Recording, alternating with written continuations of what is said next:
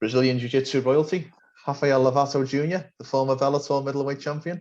I wouldn't even want to try and list your credentials in the BJJ world. Thank you for coming on and giving me some of your time. How are things with you today?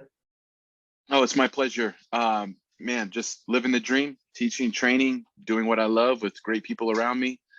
That's it, man. I'm very grateful. As I understand, your school is in Oklahoma? Yes, Oklahoma City. Oklahoma City. Apologies, yeah. I don't have a great understanding of US geography. But what is no the problem. school like? Give me a little bit of an insight into the school and the students and size and all of that. Wow. There it is down there. This is my office upstairs.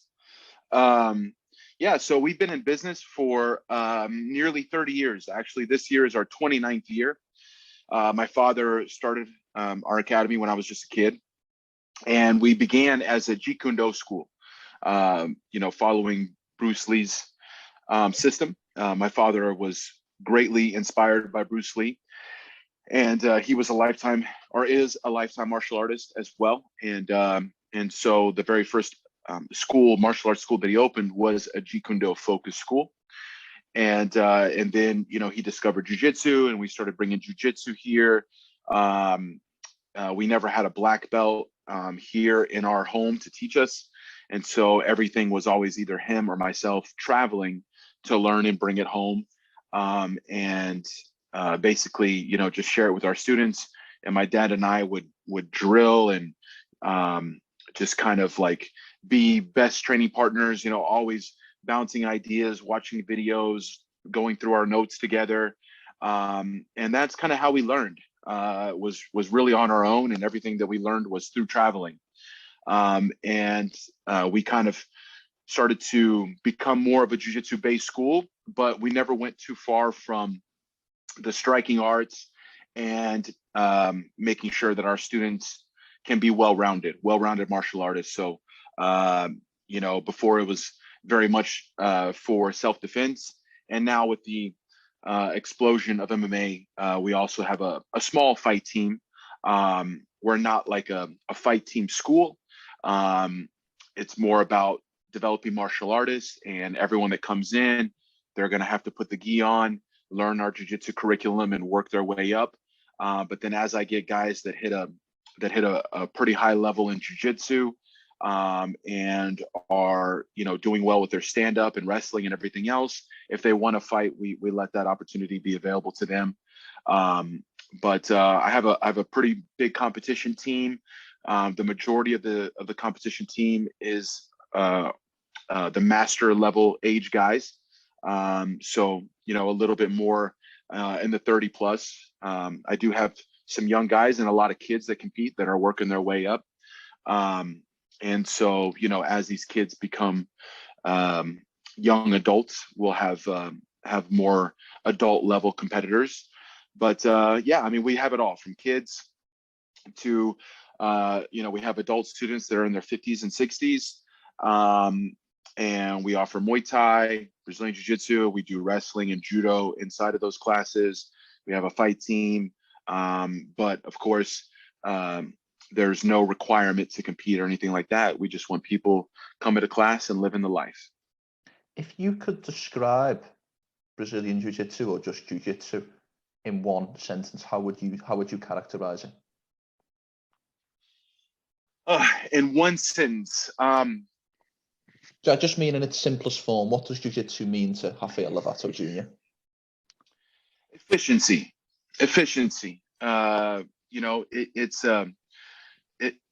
It's all about finding the maximum efficiency for your body and your personality. The way you want to express yourself. There's so many different games. There's so many different techniques.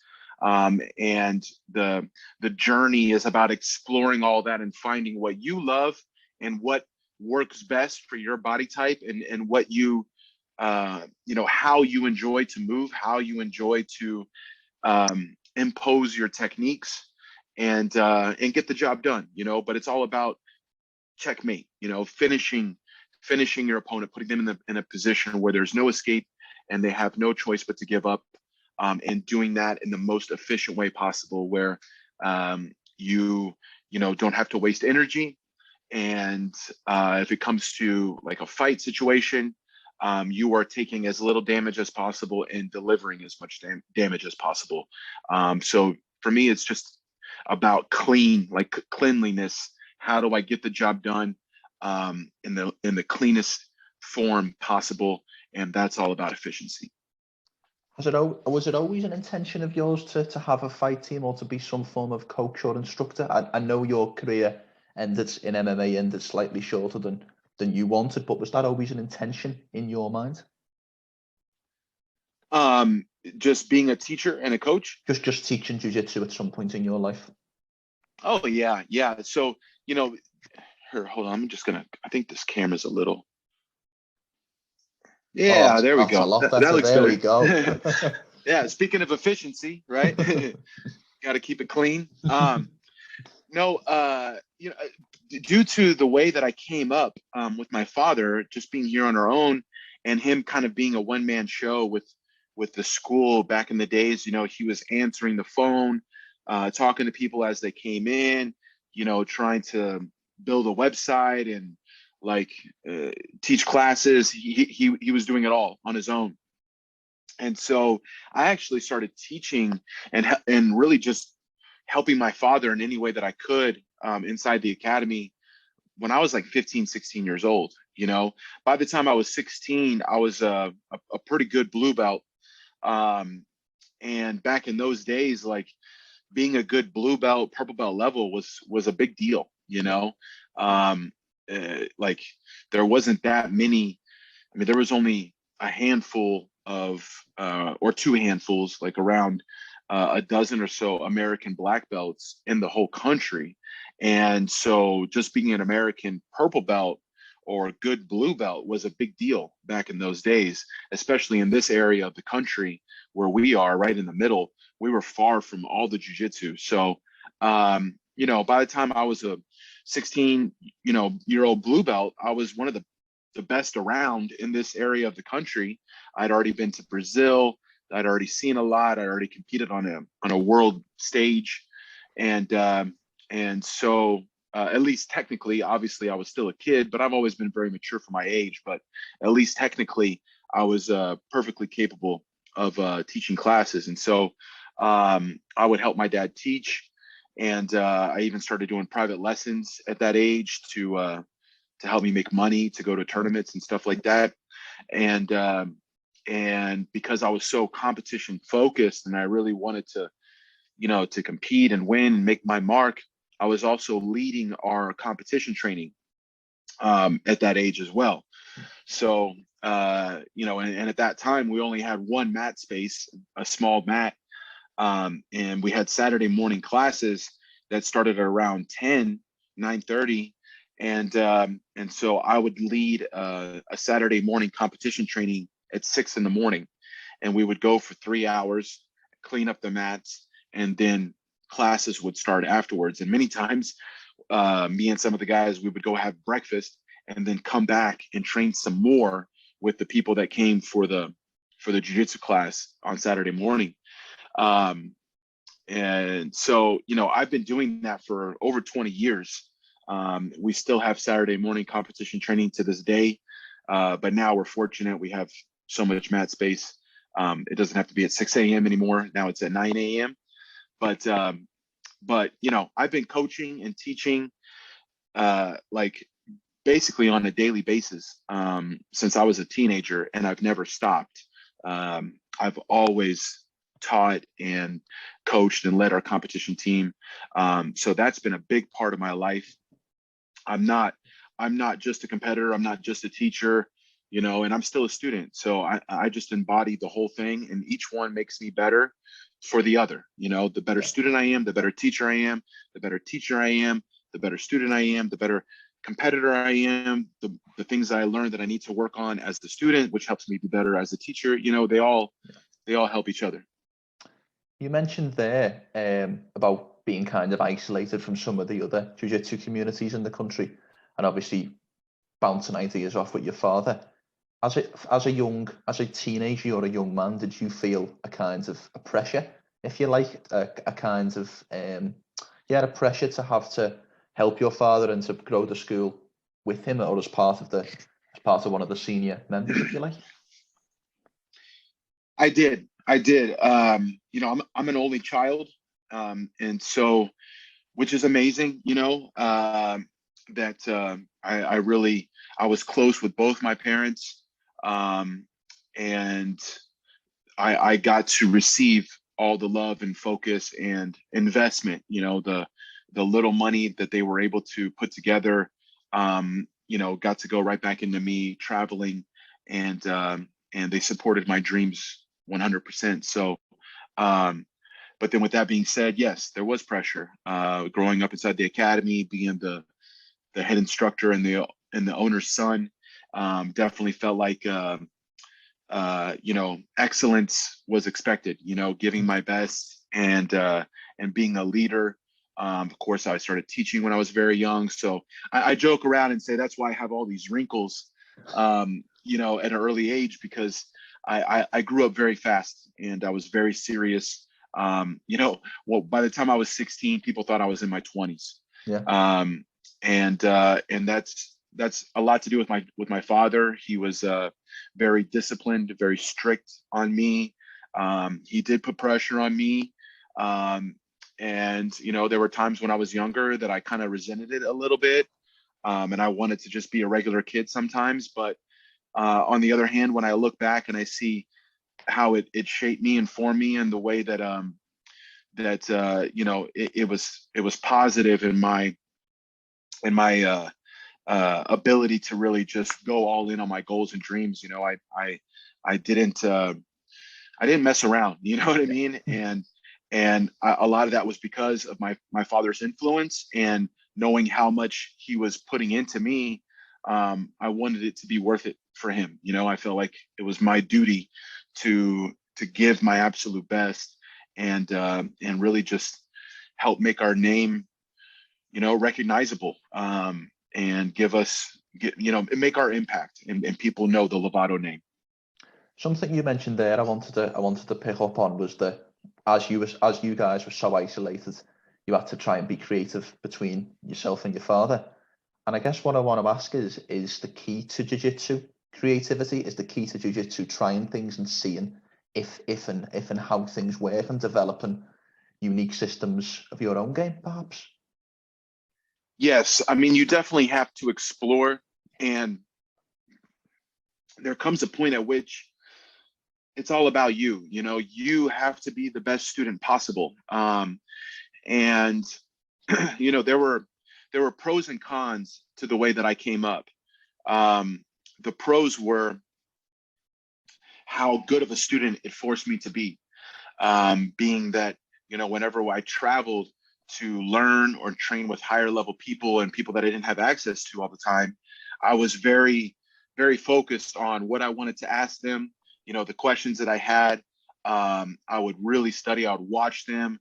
I would write down everything that I learned in class. I would write down things that I saw or felt people doing to me in training that I had never felt or seen before. I would jot those notes down, and I really wanted to understand everything. So I was like the first person on the mats, the last person to leave, and I would ask as many questions and just try to soak up as much as I possibly could, in every session. And many times, wherever I traveled to, I had a brown belt or a black belt kind of watching over me, and being a little bit of a babysitter and just taking care of me, because I'm 16, 17, 18 years old, you know, and I would help them teach private lessons. I would go to every class that they taught, and I was just on the mats for hours every day, and I was writing everything down to take it home to my dad and go through it all and show him what I learned. And you know, I had to be ready for that, because he was going to test me on it. You know what I mean? He was going to say, okay, you're home now. What do you got to show me? You know? And so, and he invested a lot into it, you know, and so did I. And so, getting the most out of it, right? You really learned how to make, you know, the biggest return on your investment. But then we would be home by ourselves for, you know, who knows, weeks or months until we had access to another high level person again. So, the hardship would be maybe we ended up drilling something a little wrong, missed a detail or something here or there, and we wouldn't be able to get our questions answered for who knows how long. Back then there was just VHS tapes, right? There was no like internet, like there was no access, no YouTube, so you couldn't just easily search and find the answer to your questions. But at the same time, we would drill and we would really work it. Like we would really try to make it ours, and we would start teaching it to our students right away as a form of drilling and just, reiterating it into our mind. And of course, I wanted them to know everything that I knew, so that way, if someone could adopt some of those techniques and make it part of their game, they could try to do it to me. And then whenever I went to a competition, I was that much more prepared for that, running into that kind of game. And so, I learned how to be a great student. I also learned how to be a great teacher, at least on a technical level at a very young age. And that part was all the pros. The cons, as I said, not being able to get our questions answered for a period of time, and then also not really having a specific system to follow, because I would travel, I would learn from this person a thing here, go over here, I learned something else over there. I go and I learned, a lot of random stuff that I had to piece together on my own and try to figure out how to make a game out of it, a real system instead of just random techniques. And that's something you can only get with one instructor, one head instructor that really passes on their system, and guides you along the way and knows, okay, you have this body type, here's what you're good at, here's what you should focus on, and really give you the pieces.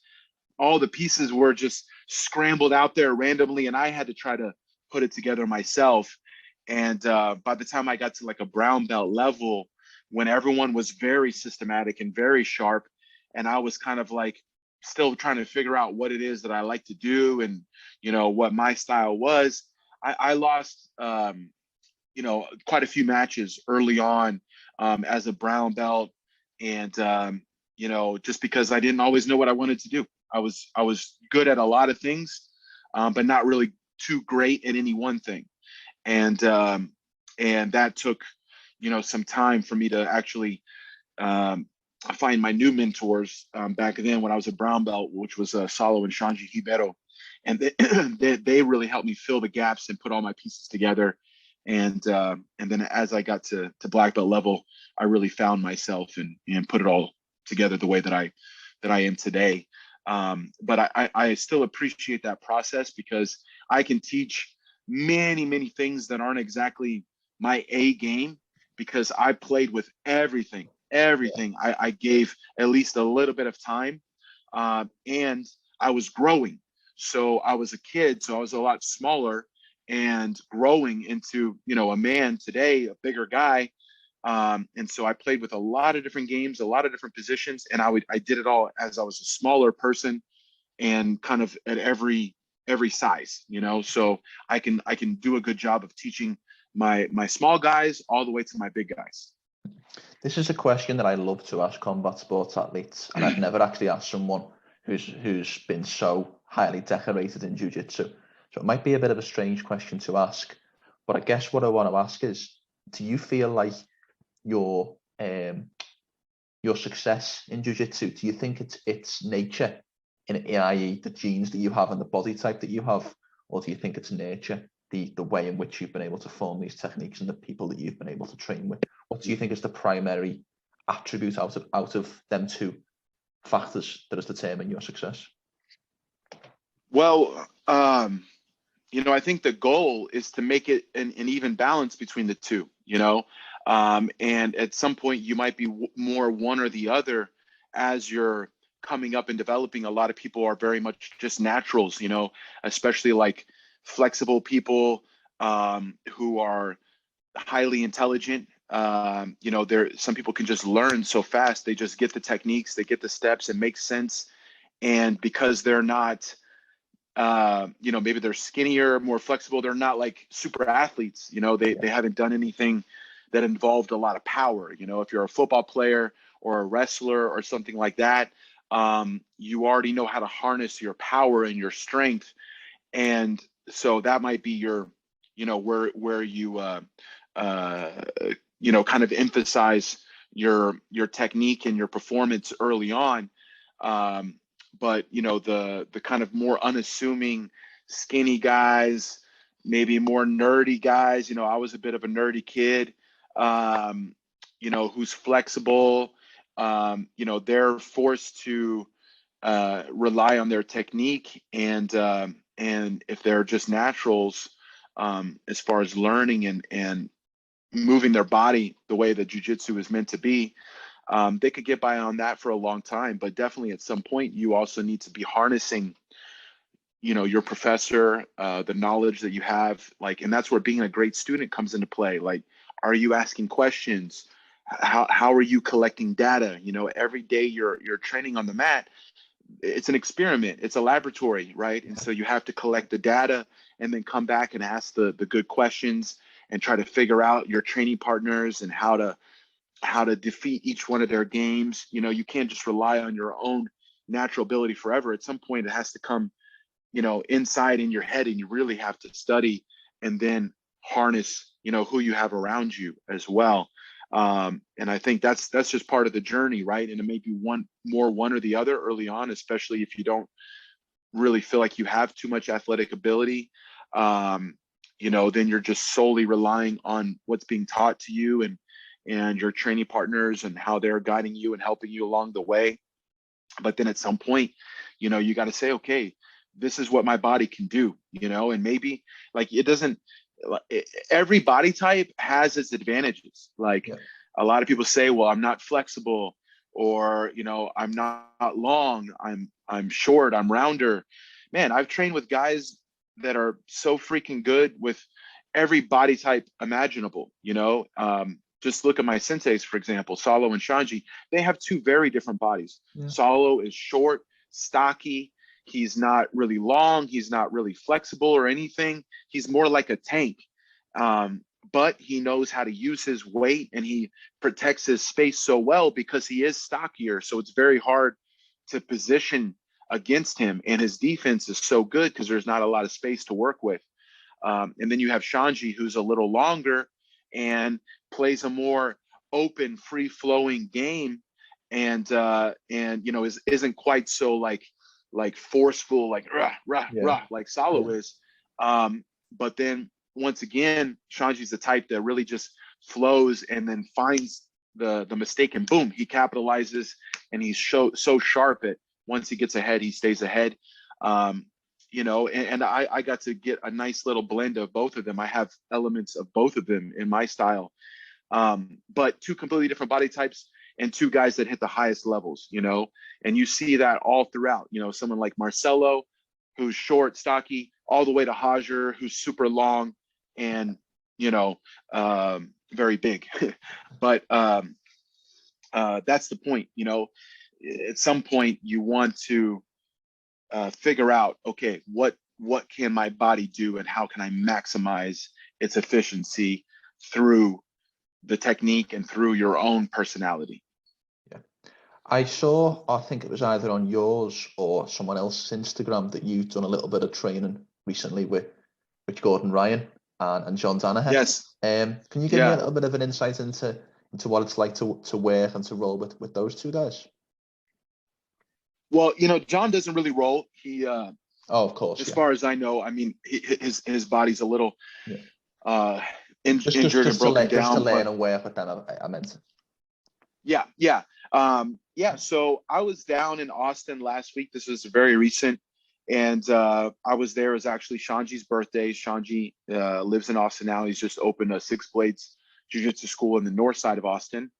And I was just excited to get down there. I hadn't seen his school developed yet. I saw it when he was just getting in and starting to get it renovated.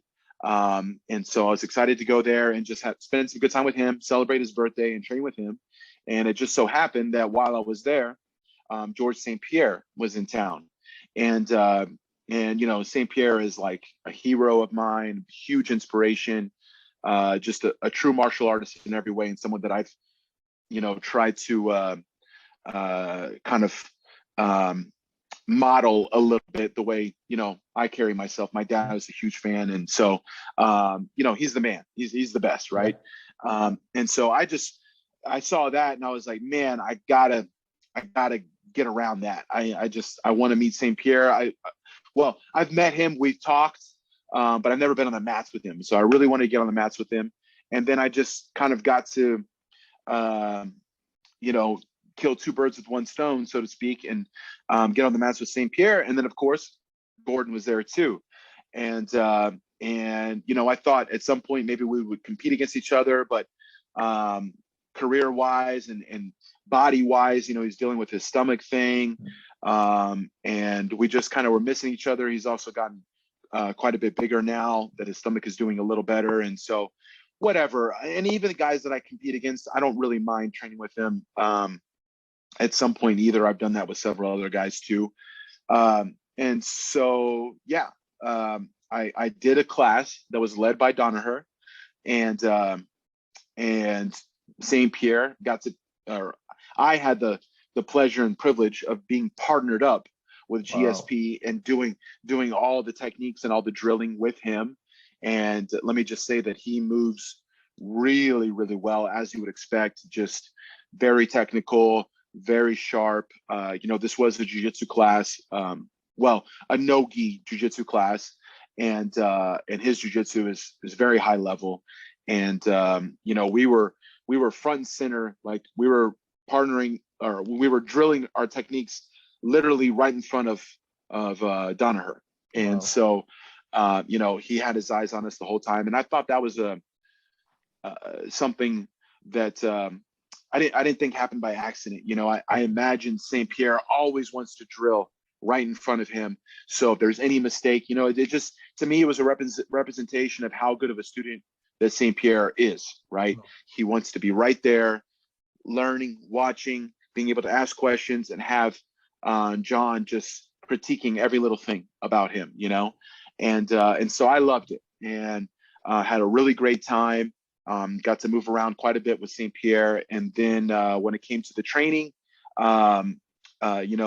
George had to leave, and Gordon was like, hey, you want to roll right away, first round? And we mixed it up. And, it was like kind of like a no time limit round. There was no clock. We just go until John says time. And I can fully vouch for Gordon's skills. He is definitely at the top of the heap right now. Very sharp, very precise, very well-rounded, great guard, great pressure. What I love, and everyone that I've trained with in my career and in my journey, to me, the true like mastery, the guys that are hitting another level are the ones that have that pressure, that can mount you, that really show complete dominance. And I've trained many times with Roger since we were kids. Actually, the first time I trained with Roger, I was 16 and he was 18. Wow. And I've trained many times with Roger, and I trained with him every year. So I felt his progression. I felt his development into, that amazing monster that had that insane mount, that insane pressure. And once he got there, he finished you, so I felt that. I felt Salo and Shanji, who are also two incredible pressure passers and mounters and finishers. And, many others in my career, guys that are just super efficient and they display dominance. Yeah. And I can 100% vouch that Gordon is in that level right now. And he's very big. He's 235, big, young, hungry, strong. Now he's experienced. He's the complete package right now. Yeah, 100%. I've got to ask about the MMA career, and I've got to ask, as we mentioned off camera, about the moment at which is captured on just behind your right shoulder when you won that Bellator Middleweight World Title in 2019, if memory serves. Tell me a little bit about your MMA journey up to that point and what that moment that is pictured there encapsulates for you? Oh, it's my whole life, you know. I mean, not my whole life, obviously. Um, there's more to me than just martial arts, but that, you know, that's the ultimate test of a martial artist, right? Is getting put in the cage. And I was a martial artist first before jiu-jitsu. You know, a lot of people see me as a jiu-jitsu guy, which is, it's true to a degree. Like, I represented jiu-jitsu inside the cage. You know, obviously that's where I wanted to take all the fights to the ground and use my jiu-jitsu to finish people. But, you know, I was a martial artist as a kid before I ever started learning and practicing Brazilian jiu-jitsu. And really, you know, my father was the influence in all of that. I mean, he always wanted me to be a well-rounded martial artist. And even when I started falling in love with jiu-jitsu and really doing all the competitions and all that, you know, he would still push me to keep practicing my stand-up. And, you know, like, I grew up in a time where when we learned jiu-jitsu, we were wearing our gi, right? And when we took the gi off, it was because we were putting little gloves on and we were going to do vale tudo. Back then we called it vale tudo. And that's the kind of martial arts academy that my father was running. He was teaching jiu-jitsu, but he required every student, even to get a blue belt in jiu-jitsu, you had to demonstrate at least a pretty, you know, high basic level of stand-up.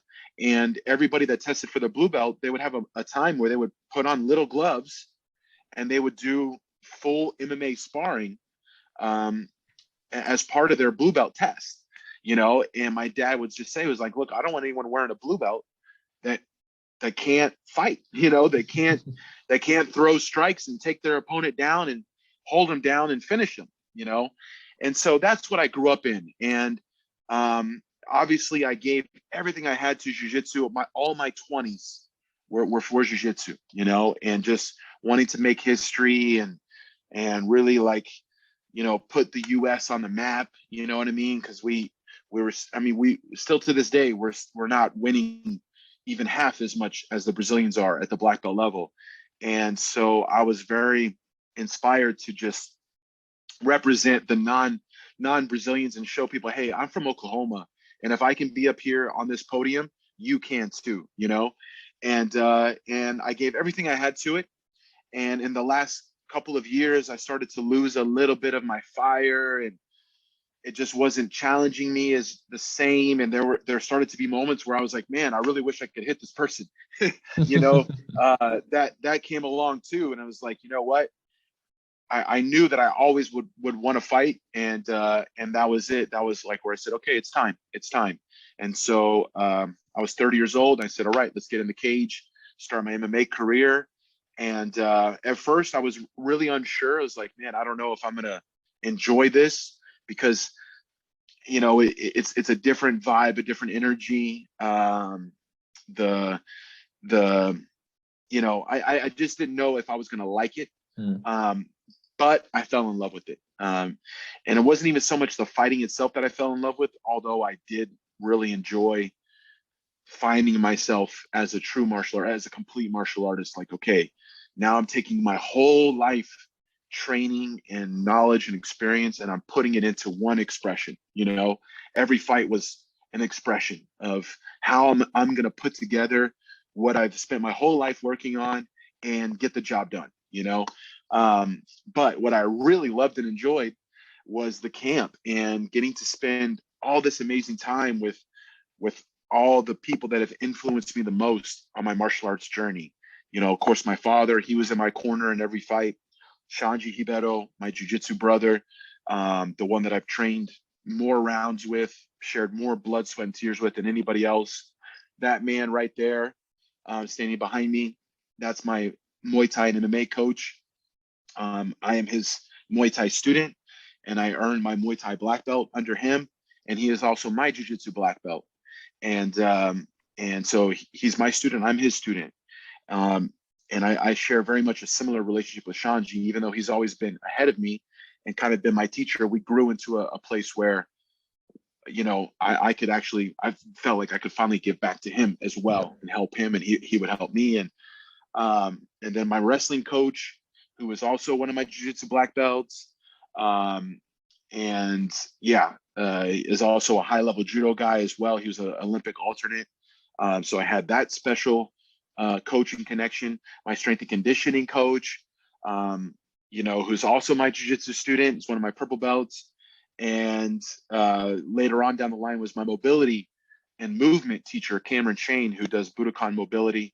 I saw him out as well, and he's also my student. So we had all these guys, that were teachers and students of each other. And it was just like this special mastermind putting all of us together. And we had so much fun, just so much fun. And I just felt like so blessed and grateful to have them on a mission with me, behind me. And they're just putting all their knowledge into me. And then I see them training with each other and helping each other out. And then they're learning and experimenting. And then it goes back to me, and we're all just learning together. And the growth was exponential. And I fully believe that plus, of course, all my years of competition experience in jiu-jitsu, that's why we went so fast, and, every fight I fought a better person, and I just kept winning. And then next thing you know, my 10th fight, and I'm fighting for the world title. And, that was the dream. It's the life dream and the ultimate challenge, especially considering the opponent that I was up against. Someone that had already been a world champion many times over, and already kind of considered one of the best, in two weight classes actually. And, he was a legend, over 50 fights, and only lost a handful of times. And it was my 10th fight. So all the cards were stacked against us. And, not to mention everything that I went through in that camp with, finding out about the brain condition that I have and all that. It was extremely stressful and just dramatic. And then the fight went the way it did, where it was 2-2, and the first 5th round of my life, for the world title. And that's what it came down to, was who's going to win that 5th round. And the ones that were around me, those guys that I mentioned, my family, my wife, they know what I went through, and just my whole career has kind of been like never giving up, and I was ready to just get carried out of that cage if I had to. And that's why I won that fight. 100%. I want to talk very quickly before we finish about jiu-jitsu. And what I want to ask you, Rafael, is what kind of life lessons or what kind of traits or characteristics can you take from jiu-jitsu and can impose upon your life and upon your kind of perspective outside of the mat and outside of the cage and in the MMA space? Give me some of these attributes that you feel like as a person you can attain from the wonderful sport of jiu-jitsu. Man, there's so many. And as I've grown older and spent more and more time as a student, as a teacher, I learned more ways, that I can apply, my jiu-jitsu lessons to real life. And it just makes me appreciate it that much more. It makes me love it that much more. I tell people all the time that the journey only gets sweeter. It only gets better and better, so however much you love it now, you're going to love it, 10 times more in another year, another 5 years. And when you're 10, 20 years plus in, then you also get to look around and see the other guys, or the other people that have been around you for that 10, 20 years as well. And the relationships that you create, man, they're so special.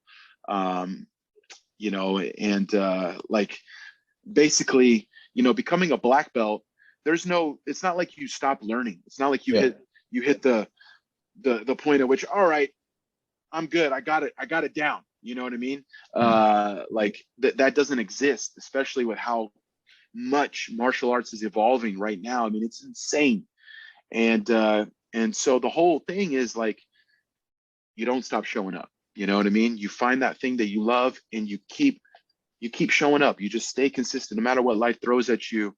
You know, the ups and downs, injuries, frustrations, you know, whatever happens, that's that consistent thing where, you know, you keep showing up and you keep being a student. You keep saying, I can be better. You know, every day you get on the mats, it's all about, you know, understanding that I'm here to work on being better. You know, I'm not here to just, you know, choke somebody, right? Although that is fun, okay, choking your friends and getting submissions and all that. But it's not about winning. It's about understanding, okay, I'm here to learn and I can be better today than what I was yesterday.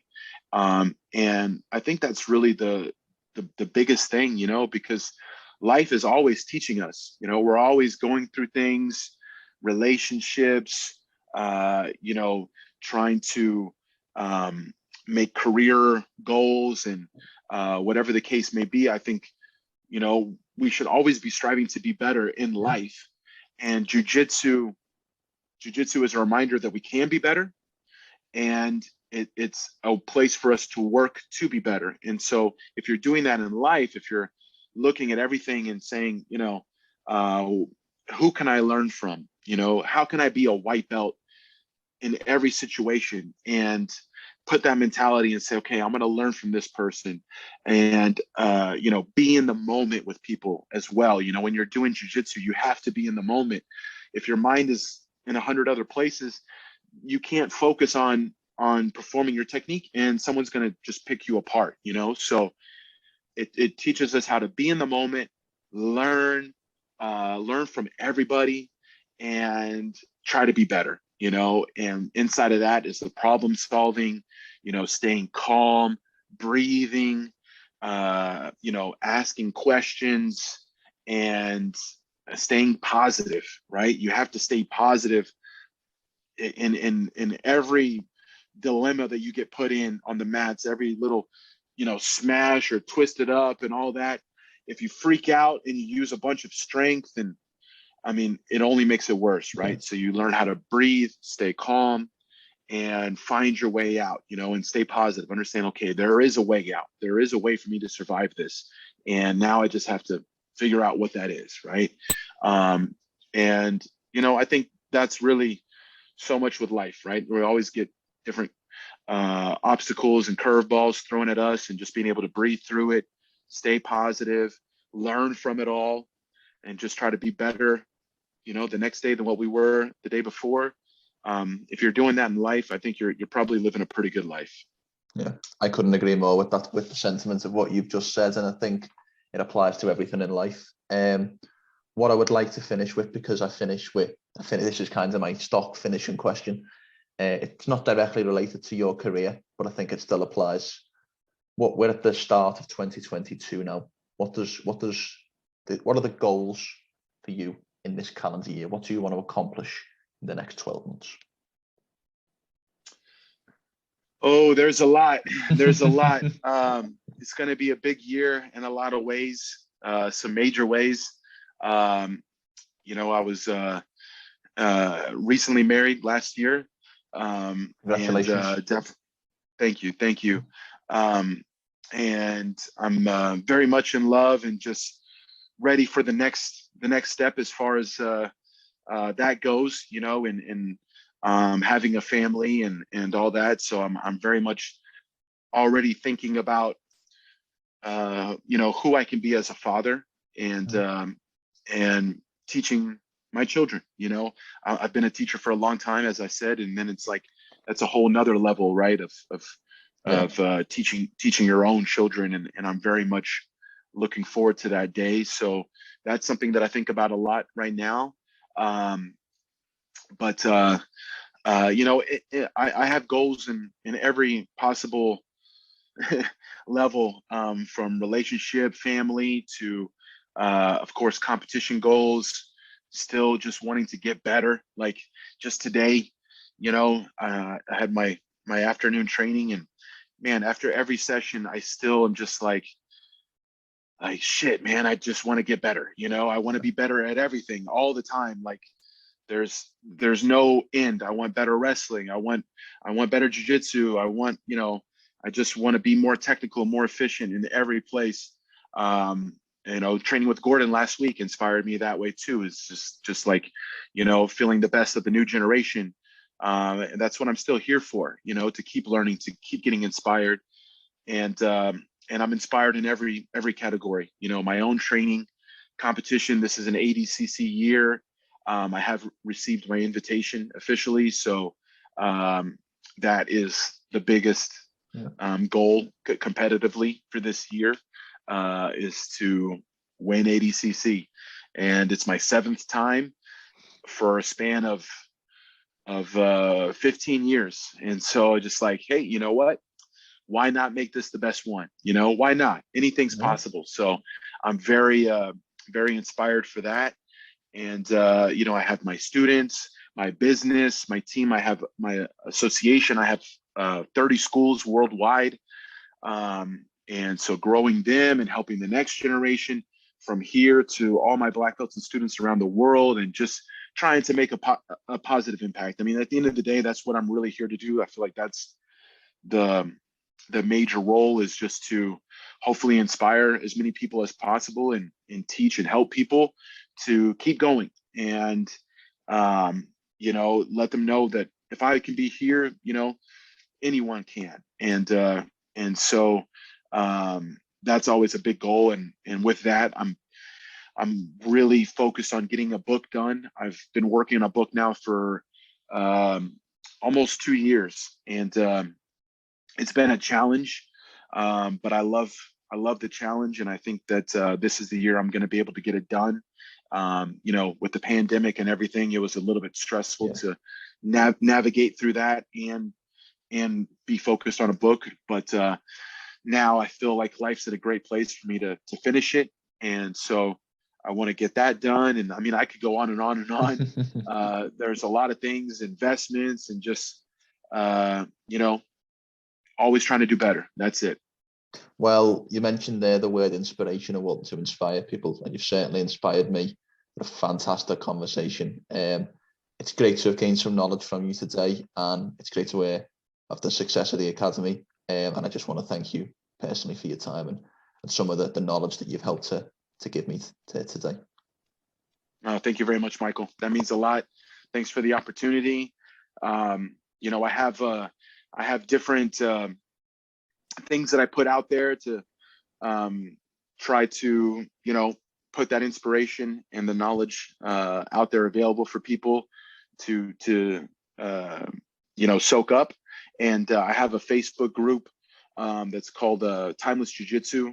That's kind of what I feel is like my mission inside the jiu-jitsu community, is just,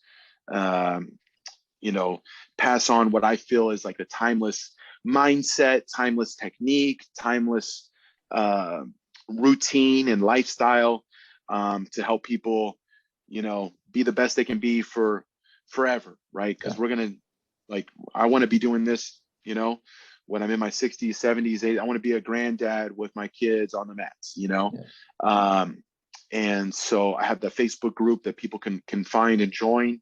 And I also have the website, timelessjiujitsu.com, where I share technique every week, and people can actually join and become members and learn everything possible from me, and a lot of my friends too. A lot of those people that I mentioned before, we have them as guest instructors, and just trying to pass on knowledge and collaborate together. So it's really awesome, and that's a big goal of mine too, to keep growing that. And then of course, just my own social media that people can follow, and I try to post something pretty positive and inspirational almost every day.